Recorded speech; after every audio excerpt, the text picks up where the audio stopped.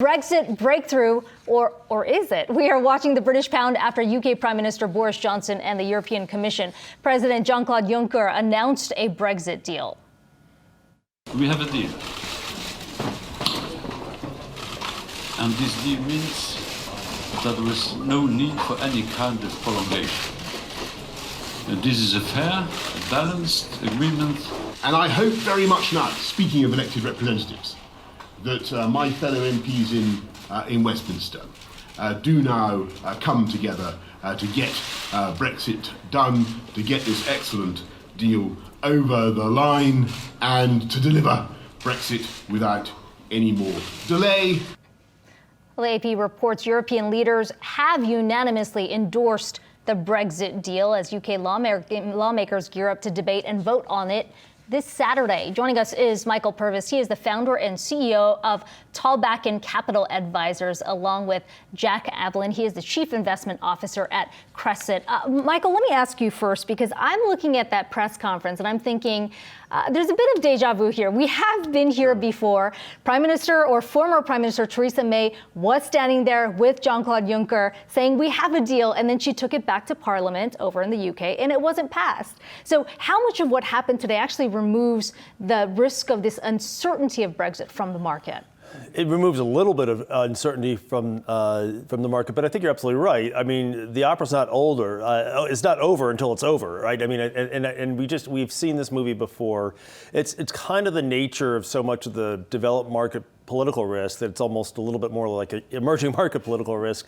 It feels that way sometimes, but it's just a complete dominant theme, whether it's trade here, Brexit in the UK, and it's persistent, right?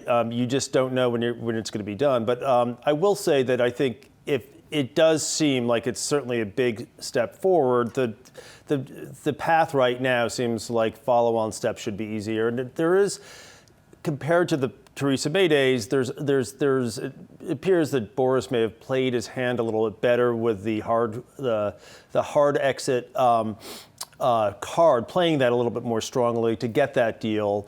And it seems like I'm not certainly no expert on the UK, but it does seem like the population is more willing to go along with let's get over this. We're sick of this festering for so long, and there's sort of a tiredness setting in. So it does seem like the probability of a actual Brexit actually definitively happening is higher than it was back then. But I agree with you; we're not over yet. Jack, how are you looking at this from a market perspective? I mean, you've already got Northern Ireland's DUP coming out and saying they're not going to support the bill. Doesn't look like this is any closer to a sure bet come the UK parliamentary vote on Saturday. Do you think the market looks at this as a big risk, or do they kind of shrug it off given how long this debate or this process has gone on? Yeah, I think there's a sense of, just tiredom of this, ongoing headline that doesn't appear to be changing its course. We do have some negotiation. The biggest negotiated factors do include the island of Ireland and minimize the impact on Northern Ireland. So to have the DUP come back and say, we're totally against this, suggests that we're going to end up with a no deal.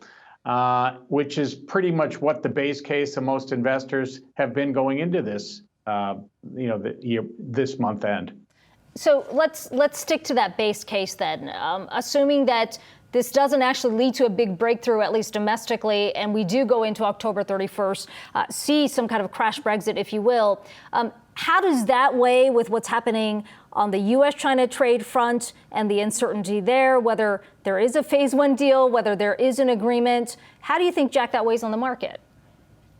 Yeah, I think that, now we revert back to these 1995 World Trade Organization treaties that aren't great. I mean, they're sort of generic. It's going to cause certainly a lot of friction of trade between UK and EU, the largest trading bloc in the world.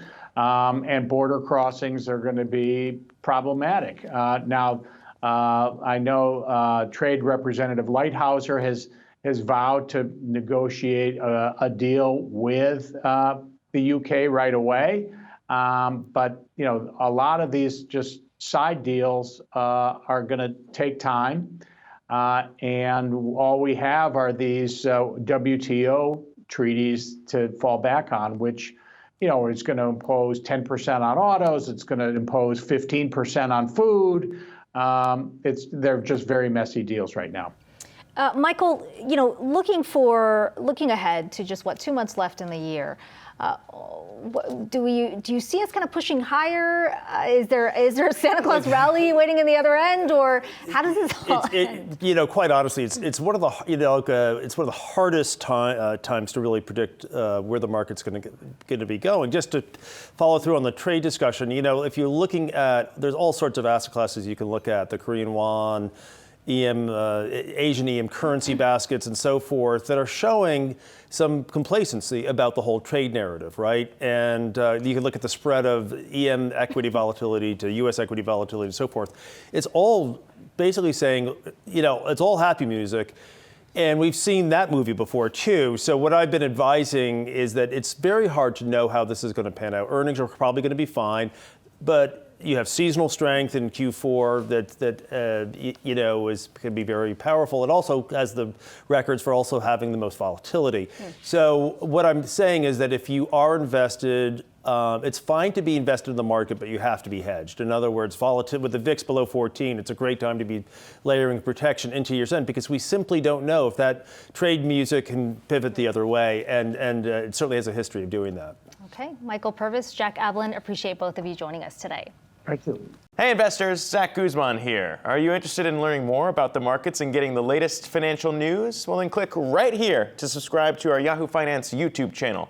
Get the latest up-to-the-minute market analysis, big interviews in the world of finance, and information on how to manage your money every day wherever you are.